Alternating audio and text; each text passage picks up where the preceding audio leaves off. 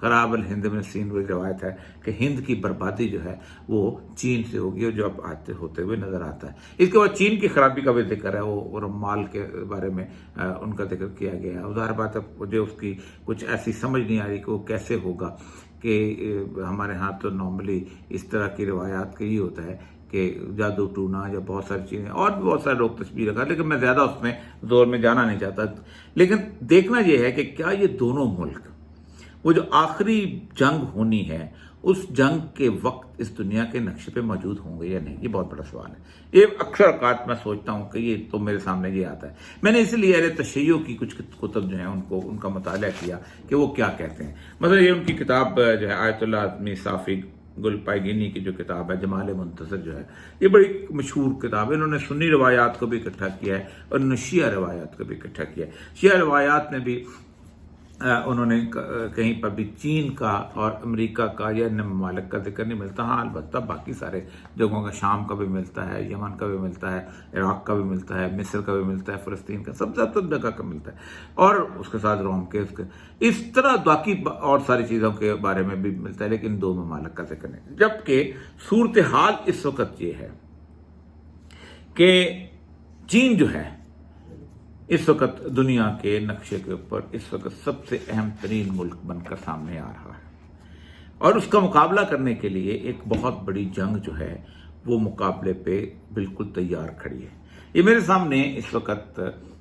Indo Pacific advancing shared vision جو ہے، یہ پینٹاگون کی وہ ڈاکومنٹ میرے سامنے پڑی ہے۔ اس کے بعد تفصیل سے اگر میں نے مطالعہ کیا ہے، اور اس تفصیل سے مطالعے کے بعد یہ صورتحال اب سامنے آئی ہے کہ آج سے تقریباً 8-9 سال پہلے 2011-12 میں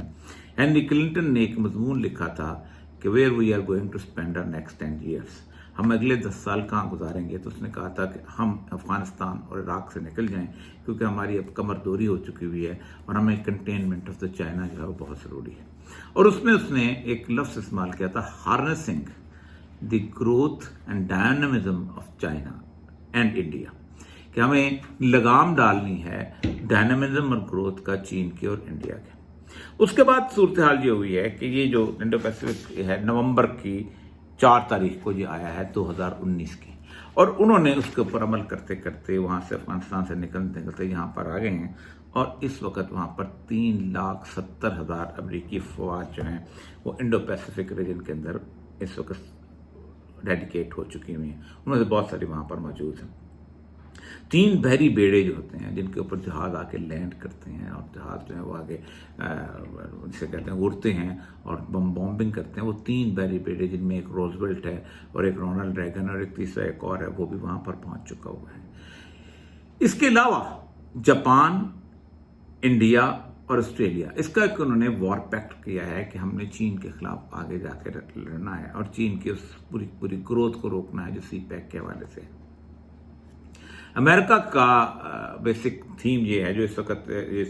میجر سٹڈیز ہمارے سامنے موجود ہیں، یہ ایک یونائٹڈ اسٹیٹس اسٹڈی سینٹر ہے سڈنی کے اندر، اس کی کوئی 100 صفحے کی رپورٹ ہے، بڑی تفصیلی رپورٹ ہے، اور اس تفصیلی رپورٹ میں اس نے یہ بھی تقریباً اگست 2019 میں آیا، جس کے بعد یہ پینٹاگون کا سارا معاملہ سامنے آیا۔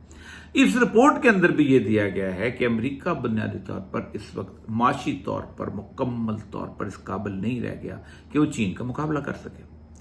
اور اس کے لیے اب ایک ہی راستہ رہ گیا ہے کہ کسی نہ کس طرح ملیٹریلی چین کے مقابلے پہ کھڑا ہو اور چین کے ساتھ جو ہے اس کا راستہ روکے، ورنہ اگر سی پیک مکمل ہو گیا تو پھر چین دنیا کی واحد طاقت بن جائے گی، اور امریکہ جو ہے وہ ایک دور دراز ملک ہوگا، اور اس کا کوئی تعلق زمینی تعلق ہوگا، نہ سمندری تعلق ہوگا، نہ کوئی اور چیز۔ اس لیے آپ انڈو پیسیفک پہ کچھ کریں اور سی پیک کو روکیں۔ اب ایسی صورتحال کے اندر کہ جب امریکہ جو ہے اپنے تمام تر وسائل کو اکٹھا کر رہا ہے، 15 کے قریب ممالک جو ہیں ان کو، جاپان ہے، ساؤتھ کوریا ہے، فلپین ہے، لاؤس ہے، کمبوڈیا ہے، اس کے ساتھ ساتھ برما کے علاقے ہیں، انڈیا ہے، بنگلہ دیش کو بھی کسی حد تک اس نے ساتھ شامل کرنے کی کوشش کی ہے، سری لنکا کو بھی شامل کرنے کی کوشش کی ہے کہ یہ جو بحر الکاہل اور بحر ہند ہے، اس کے اندر ہم اپنی موومنٹ جو ہے اس کو ٹھیک کریں۔ تو یہ جو پورے کا پورا محاذ بن رہا ہے یہ بڑا عجیب و غریب ہے۔ اس محاذ میں آپ دیکھیں کہ امریکہ کا جو مغربی ساحل ہے، مشرقی نہیں مغربی، جس میں کیلیفورنیا آتا ہے، جس میں ہوائی آتی ہے، جس میں اوپر الاسکا کا علاقہ آتا ہے، اور پھر اس کے بعد مغربی ساحل کے بعد آگے جاپان کا جزیرہ آتا ہے، اور پھر اس کے بعد چین اس کے مقابلے پہ آ جاتا ہے۔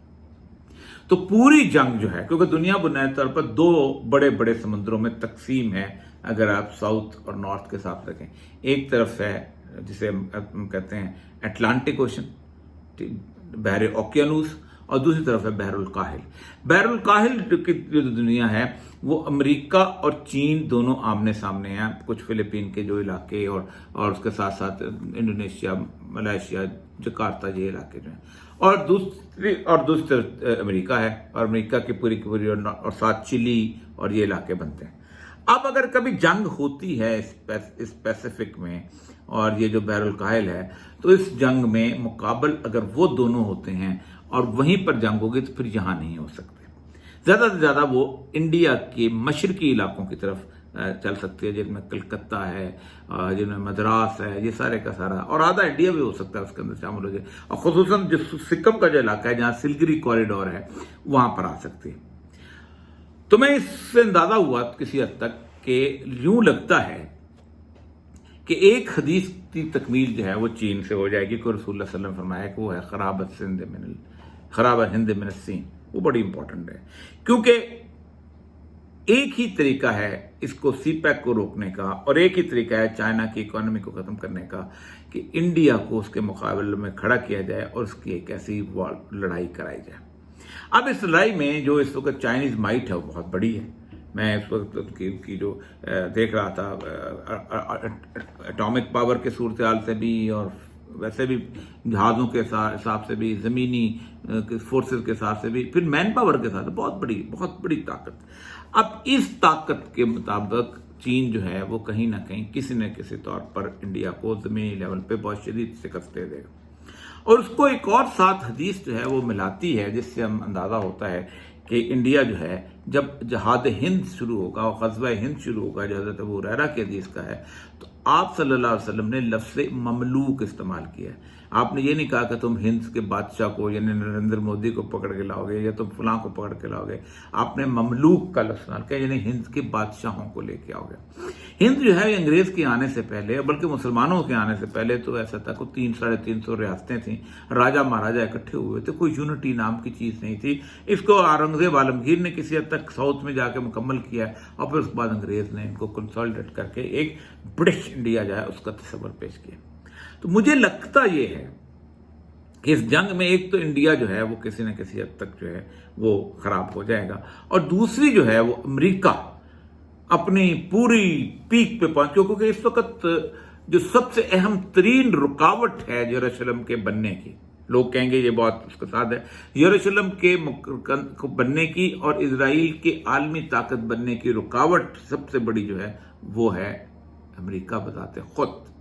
کیونکہ جب تک امریکہ سے عالمی طاقت جو ہے وہ شفٹ نہیں ہو جاتی، جب تک ایک عالمی جسے کہتے ہیں ہب جو ہوتا ہے وہ اسرائیل یروشلم کے علاقے میں شفٹ نہیں ہو سکتا، اسرائیل سے وہ عالمی حکومت نہیں بن سکتی۔ اور آج کل عالمی طاقت آپ کو پتہ ہے کہ دو ہی چیزوں کے اندر، ایک تو ہے کہ اسلحہ کی فیکٹری موجود ہو، اور دوسرا یہ ہے کہ آپ بنیادی طور پر آپ کے پاس بزنسز جو ہیں وہ ساتھ ہو۔ اب اس بزنسز کے اندر اور اسلحہ کی فیکٹری کے اندر آپ مقابلہ کر لیں، اسرائیل اس وقت دنیا کا سب سے بڑا اسلحہ پروڈیوسنگ ملک بن چکا ہوا ہے، اور دوسری بات یہ ہے کہ اسرائیل جو ہے وہ اس وقت کمپیوٹر کے اندر اور فائنانسز کے اندر اس طرح کا ہے کہ بلکہ یہودی لابی جو زائنسٹ لابی ہے، روتھ شیلڈ سے لے کے اب تک وہ سارے کے سارے جو ہیں انہوں نے قبضہ کر لیا ہوا ہے دنیا کی ورلڈ اکانومی کے اوپر، آل بینکنگ سورسز کے اوپر، آپ کی پلاسٹک منی کے اوپر، آپ کی دوسری منی جیسا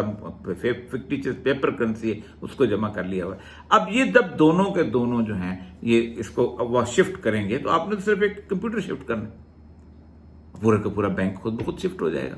کیونکہ وہاں تو جا کے آپ نے کمپیوٹر کھولنا ہے، سیٹلائٹ کے ساتھ بینکنگ ٹرانزیکشن شروع ہو جانے، تو وال اسٹریٹ بند اور کوئی اور اسٹریٹ جو ہے وہ یروشلم کی کھل جائے گی۔ تو امریکہ کا زوال بہت ضروری ہے، اور یہ زوال خود یہودی برپا کریں گے چین اور امریکہ کی جنگ کے بعد،